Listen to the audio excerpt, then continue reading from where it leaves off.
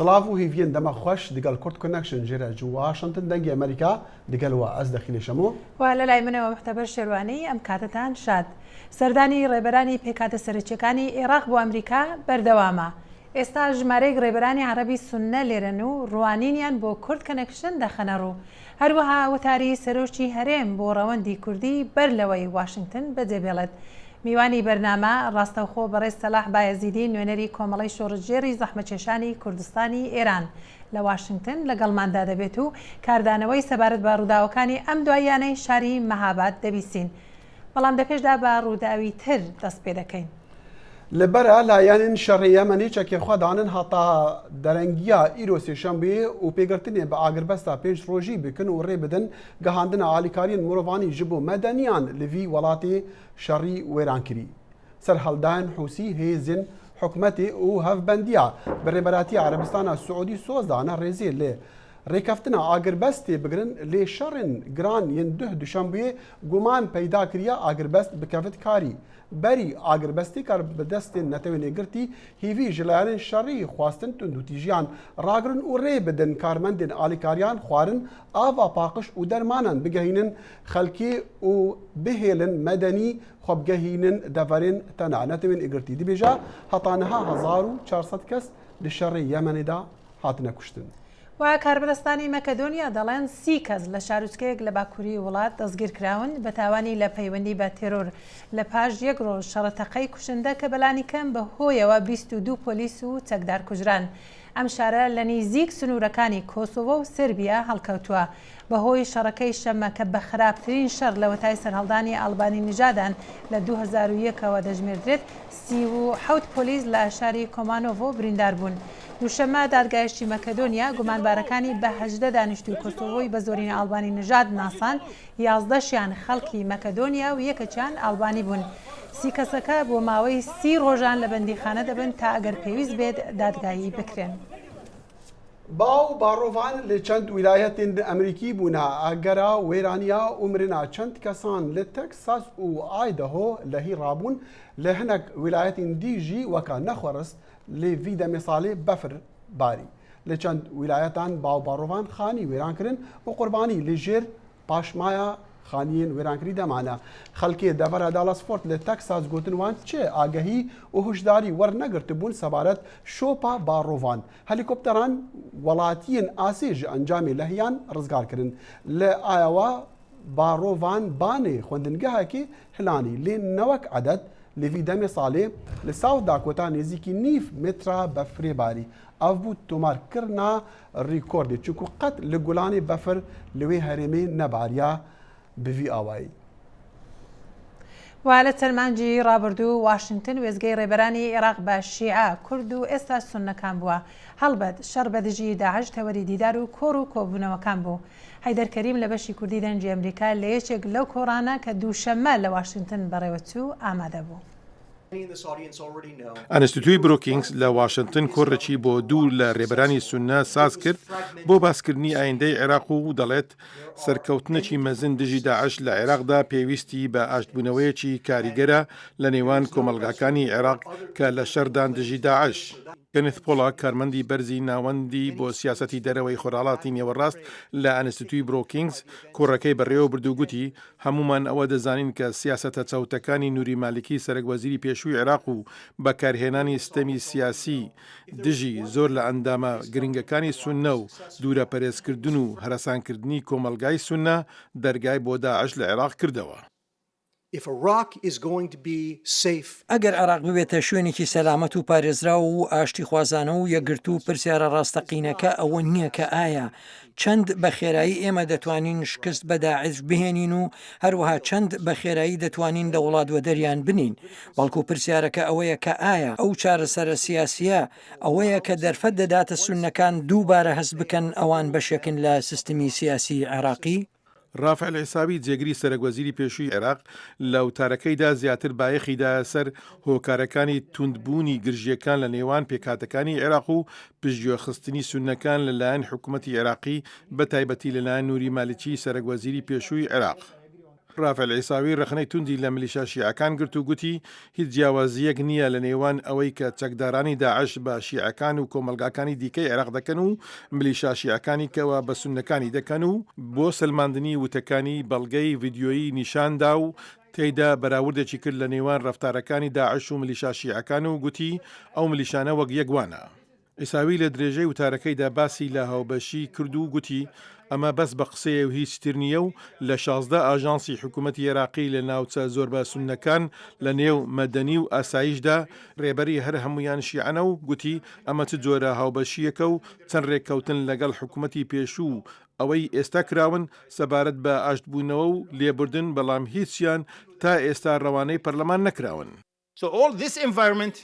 جا ئەو ڕەوشە هەمووی وا لە کۆمەڵگەی سوننە دەکات ئەو پرسیارە بکەن ئایا کارێکی ڕەوایە ببێتە بەشێکی پرۆسەی سیاسی ئایا ئێمە بەشێکین لە عێراق ئەگەر وەڵامەکەی بەڵێ بێت ئەو حکومەتە دەبێت حکومەتێکی بەرفراوانی هەموو عێراقیەکان بێت. بەڵام سەبارەت بە پەیوەندی نێوان سوننەکان و حکوومەتی هەرێمی کوردستانی عێراق خۆشحاڵی خۆی بۆ ئەو یارمەتیە دەربڕی کە هەرێمی کوردستان دابینی دەکات. On behalf of Sunnis, I would like to thank the government of Kurdistan for their excellent حەز دەکەم بە ناوی سوننەکانەوە سوپاسی حکوومەتی هەرێمی کوردستان بکەم بۆ پشتیوانی زۆر چاکیان و یارمەتی مرۆڤانەیان بۆ گەل و ئاوارە سوننەکان. ئەفیل ئەنجەیفی پارێزگاری مووسڵ لە کۆڕەکەدا جەختی لەسەر ئەوە کرد خەڵکانی مووسڵ هۆکاری سەرەچین بۆ ئازادکردنی مووسڵ و دەبێت ئەوەیان نیشان بدرێت بۆچی ئازادکردنی مووسڵ بۆ ئەوان باشترە لە ڕژێمی داعش. لە وەڵامی پرسیاری ئەوەی ئایا هەنگاوی پێویست نراون یاخود چ ئامادەکاریە کراوە بۆ کۆنتڕۆلکردنەوەی مووسڵ لە دەست داعش گوتی ئێستا بنکەیەکی فرماندەی هاوبەشەیە کە لە هەولێر دامەزرێنراوە با ڕابەرایەتی جەنەڕاڵ بابەکر زێباری و هەروەها هێزی عێراقی هەیە و هێزی ئێمەش لە مووسڵ کەوا لە پۆلیس و خۆبەخشان پێک هاتووە هەروەها پێشمەرگە لەوێن بێگومان هاوپەیمانی نێونەتەوەی سەرپەرشتی ئەو فرماندا هاوبەشە دەکات کە تەنیا 2 هەفتە لەموبەر دامەزرێندا و لە ڕاستیدا ئێستا دەستمان بە هەنگاونان کردووە بۆ خۆ ئامادەکردن بۆ شەڕی دژی داعش لە مووسڵ. نوجێفی گوتی پەیوەندێکی چاکمان لەگەڵ حکوومەتی هەرێمی کوردستان هەیە و ئێستا زۆربەی ئەم هێزانەمان لە ناو دەڤەری حکوومەتی هەرێمی کوردستان ڕاهێنان دەکەن و ئەوەی بمانەوێت بۆمان دابین دەکەن بەڵام بێگومان چەکی تەواویان نییە و ناتوانین یارمەتی دراویمان بدەن. سەبارەت بە نیگەرانی حکوومەتی عێراقی لەسەر پرۆژە بڕیاری ئەمریکا بۆ ڕەوانەکردنی چەک بۆ سوننە و پێشمەرگە ڕافێل عیساوی وتی نێزیکەی لە 150 عێراق لە دەرەوەی کۆنتڕۆلی حکوومەتی عێراقدایە. داوای بۆ پرچەکردنی شەڕکەرانی کورد و سوننە و شیعە و هەموو کەسێک لە عێراق لە ڕاستیدا بۆ یەکگرتنەوەی عێراقە کەس باس لە دابەشکردنی عێراق ناکات من نازانم بۆ چوونی دابەشکردنی عێراق لەکوێوە هاتووە هەموو کەس باس لە پرچەکردنی شەڕکەران دەکات دژی داعش. لە ڕاستیدا هەموو باس لە یەکێتی خاچی عێراق دەکەن جا ئەمە چۆن دەبێت ئایندە دیاری دەکات ئایا ئەم سەروەریەی عێراق دەپارێزرێت یاخود پارچە دەبێت. حەیدەر کەریم دەنجی ئەمریکا. و لە داویە سەرداناخواژ بۆ ئەمریکا سەرۆکی هەرێما کوردستانە عێراقی مەسعود بارزانی دیگەل ڕەڤەندا کوردی لە ڕۆژە شەمبێ جڤیا ji بۆ پێداچۆنێ بسەر ناڤەڕۆکی کۆمبوونین خوا دیگەل کاربدەستین ئەمریکی هەفکار سەلاح دەمیجار لەور ئامادە بوو ئەف راپۆرت هەنارتیان.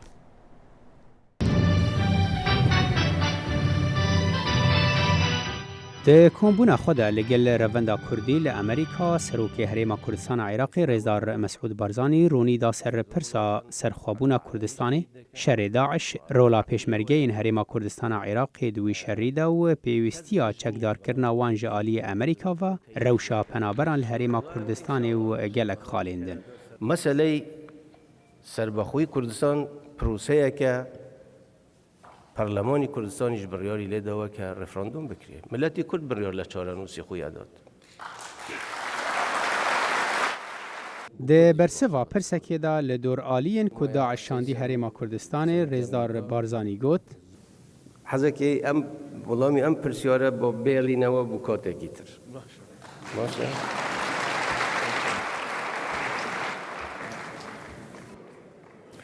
زۆرن ئەوانەی کە ئەگەر ڕەوانەشیان نەگرت پێیان خۆش بەوەنی بە کوردی ئمە مەسەلەیەکمان هەیە ئەڵێ بە دەستم نەبوو بە دڵم بوو بە دڵی زۆریان بوو بەقەرار گەر بە دەستیشیان نەبوو. تێزانین کو رێزار بەرزانی د کۆمبوونین خۆدا لە درێژیە هەفتەیەکێ gelek ji van babatan û hinekên din jî lêgel berpirsên Emerîkî guftûgûkirin û di panelên ku ew têda beşdarbûyî de pêşan kirin. Revenda Kurdiya ku bi jimareke mezin ji gelek wîlatan hatibûn serdana Serok Barzanî bo Amerîka û kombûna wî ya li gel wan bi giringî nirxandin. بەڕاستی ئاخفتن و گوتنت پەی بە سەرۆکی مزگینیەکە gelek germ û ya dilxۆş bida paşa roja milletê Kurd. Bi xۆzî zîtir hatiba, bes parastî girîftariya rêk nedaye ku bêtin vê mizgînî bihete milletê van revenda Kurdî ya derbeder. گرنگ لێرەشە ئەوەیە ئەو شەڕە لە کوردستانە نەمێنێت داعش لە ناو ببرێت کوردستان ئارام بێ ئازاد بێ دوای ئەوەش پرسی سەربەخۆیی کوردستان پرسی ڕفراندۆمە ئەمە دەکرێت بخرێتە پشت ئەوەی شەڕ ئاژاوە نەمێنێت لەو منتیقە. د دەربارەی بابەتێن وەک سەرخوابوونا کوردستان و چەکدارکردنا پێشمەرگەیان ئامادەیان هەستێن خوا وها دەربرین. از شخصی هاتم سپیده از الویر کو راستی نزدیک و اف هسته بومن چه بید کو آیا کردستان دبیت سر بخویان نه یعنی ساتانوهات خلق ایره زیاتر بهنده هات بود چون که تأکید همه آگادارن کو کردستان برای پیش و چید رخ شعره و داعش شکستیه بس زیاتر بهنده بود کو هستک بوان چه بید امیدک بوان چه با کردستان اکا سر بخو هاتناوی گلکی گرنگ بود جمعی شعره جبرگ جالیا کردیگش ایرو جوات کردن الوی در هنیج بوی ببینن بیترج بوگ پرسنیوان هبن جه بکن مثلا چکداریج پیشمرگر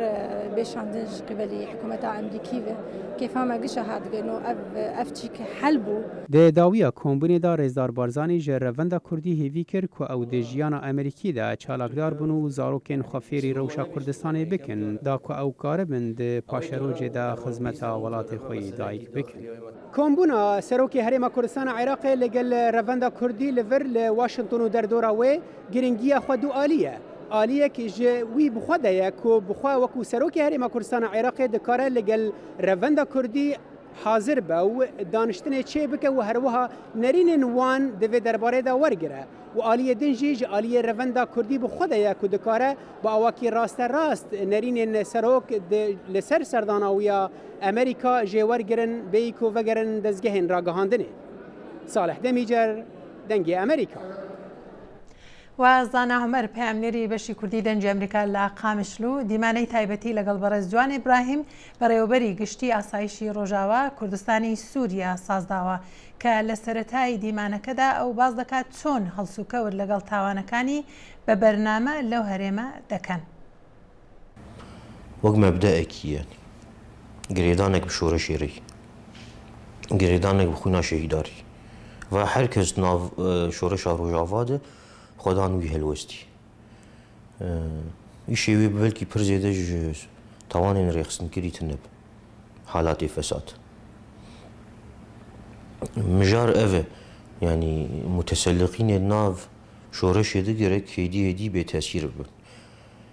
کەسێن فێدە شۆرەشێ بین گەرەک بێتەسیر بن وەختا شەبەکە زێدە بە دەبێت تاوانێن ڕێخستنکردی لێ ئەس vê dixwazim bêjim em wê wek asayîş em bi biryarin li dijî vêna em yanî ezma me gelekî xurt vê mijarê de em ê çavê xwe negirin ji kêra dibe beraber mansib bi tewecuha siyasî bi malbat bi çi dibe beraber be ê em bizanibin em ê li dijî wê şer bikin. Em bên li ser asayişê û endamên asayişê û perwerdeyê gotê de derbas dibin. Yani niha ji roşa asayişên yani bir çavayê ne wek berî salekê ne wek berî di salayê. Yani endamê asayişê heta got dikare bibe asayiş û endamekî li ser karê xwe rawestê bisekine kar bike di çi perwertê derbas dibe. Asayiş hîn jî temam ne wî hîn jî şaştiyê xwe nekirine sifir hîn jî perwerda tê xwestin nehatî kirin eda atê xwestin ne wî ye lê rast li gor berê gelekî baş bûî rewşekî wilo me gelek muanat êş me dît wek rêvebirî û hevalê me asayişê êgo şaştî dikirin jî êş didîtin perwerde tecrûbe وأف حالة أنا تبرسكر قال ديجي فساده بمشكلة خوي داخلي راه مشغول بوين موضوع كي بر مهم في مجالد كود عليه هندريده قاف بيناويت هيدي حمو أصايش فهم دكو شورش هي بيشكتنين سياسيين تشتكي نافي مروف وما في مروفاي كرامة إنساناي تشتكي نافي بسبوري دكارد پروردی می اکادمیان هنه جوینه مهنه توجیهات مهن دهندری زندانی آسایشی اندام آسایشی بری هبو دناوا زندانی آسایشی ده آنا اندام آسایشی ای بری و اندام آسایشی ای حاضر جهن ای گوشاش نیز دبن جهد درن زندان آسایش داوی بگن اخافنا خو به مرسلا آزادی روزنامه‌گری لروجاوای کردستانی يعني ما موك آسایش تيكليك ما مباشر بروجنامه وان ارتني كسي گوش جهت تيكل دار رخصت اخو اوكي اخو بينن هر کس کار بکن دناف دا روزنامه وانی کوجمرا خبر اجیدن دیجی منجی پولیتیکای کی وانی تایبت دیجی خبات مجی هن اوجید ناف دا وقتا رخصت اوی اوکی اوی هبه کار که اون پاراسنا وانجید زندانی ود کسک روزنامه وان هی از باور ناکم سجلین من ده قاسی جمر هاتی گوتن کسی روزنامه وان تنی زندانات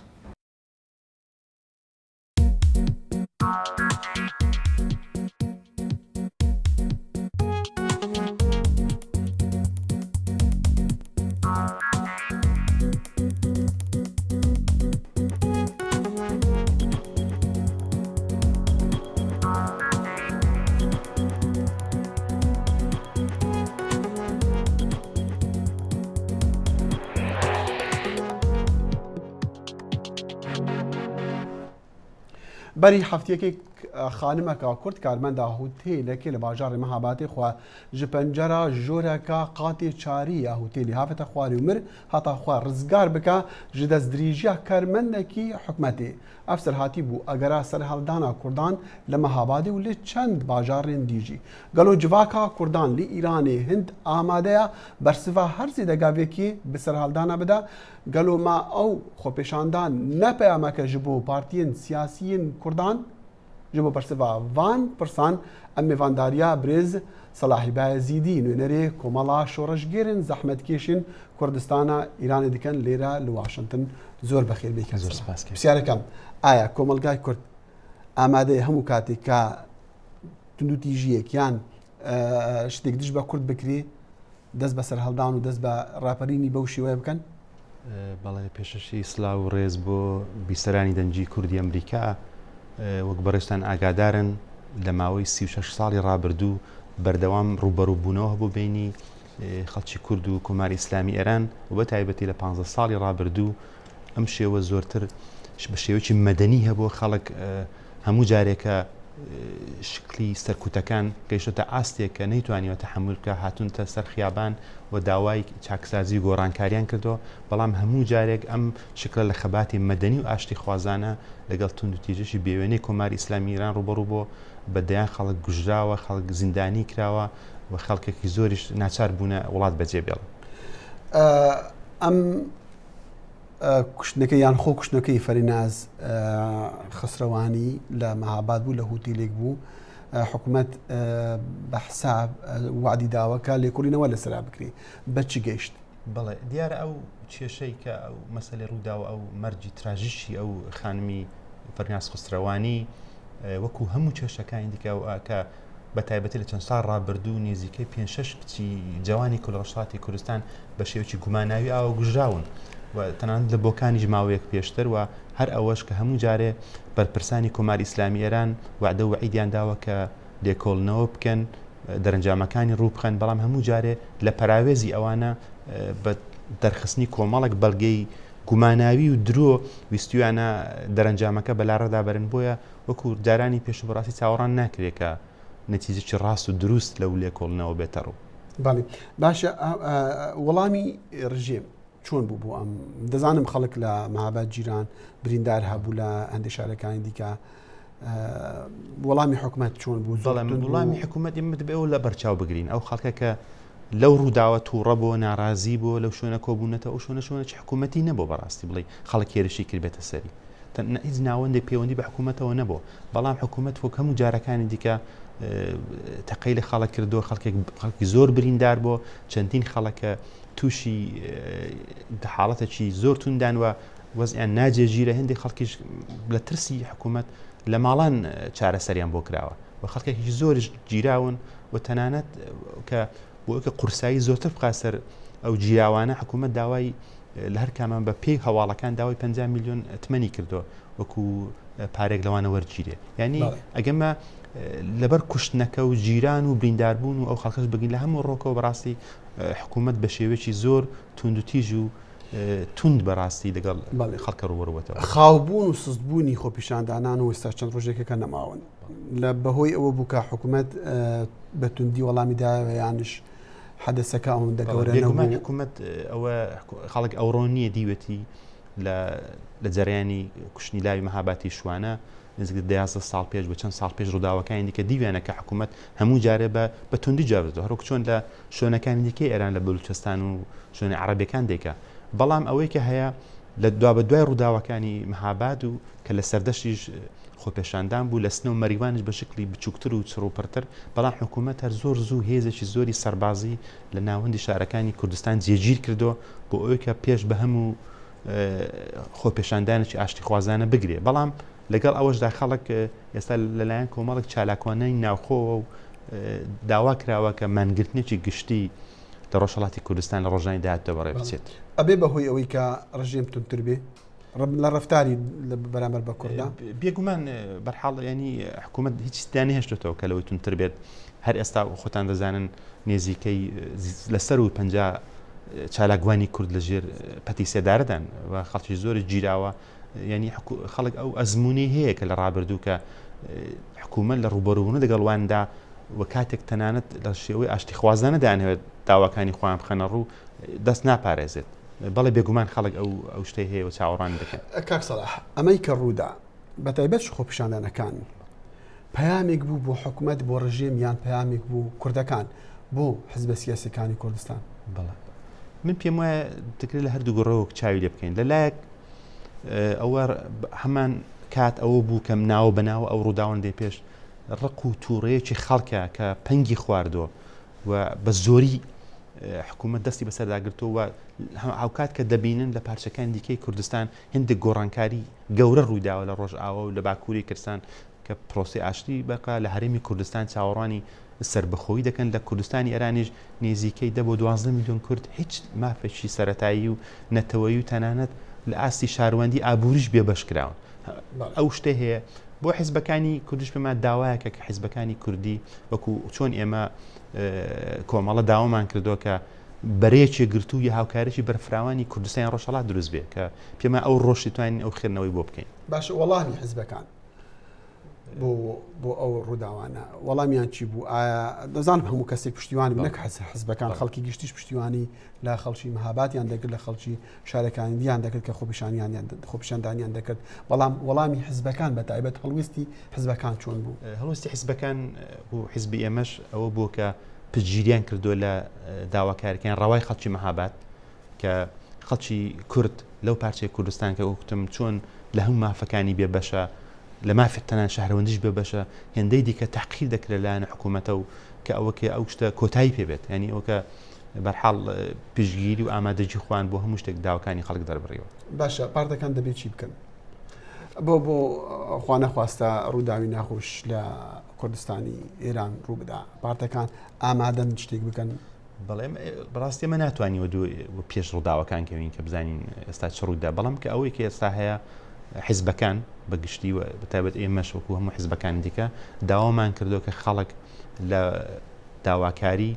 ئاشتی خوازانەی مافەکانی خۆیان بەردەوام بن کە ئەو دەکرێت بە هەمان شێوە کە 5 ساڵ پێش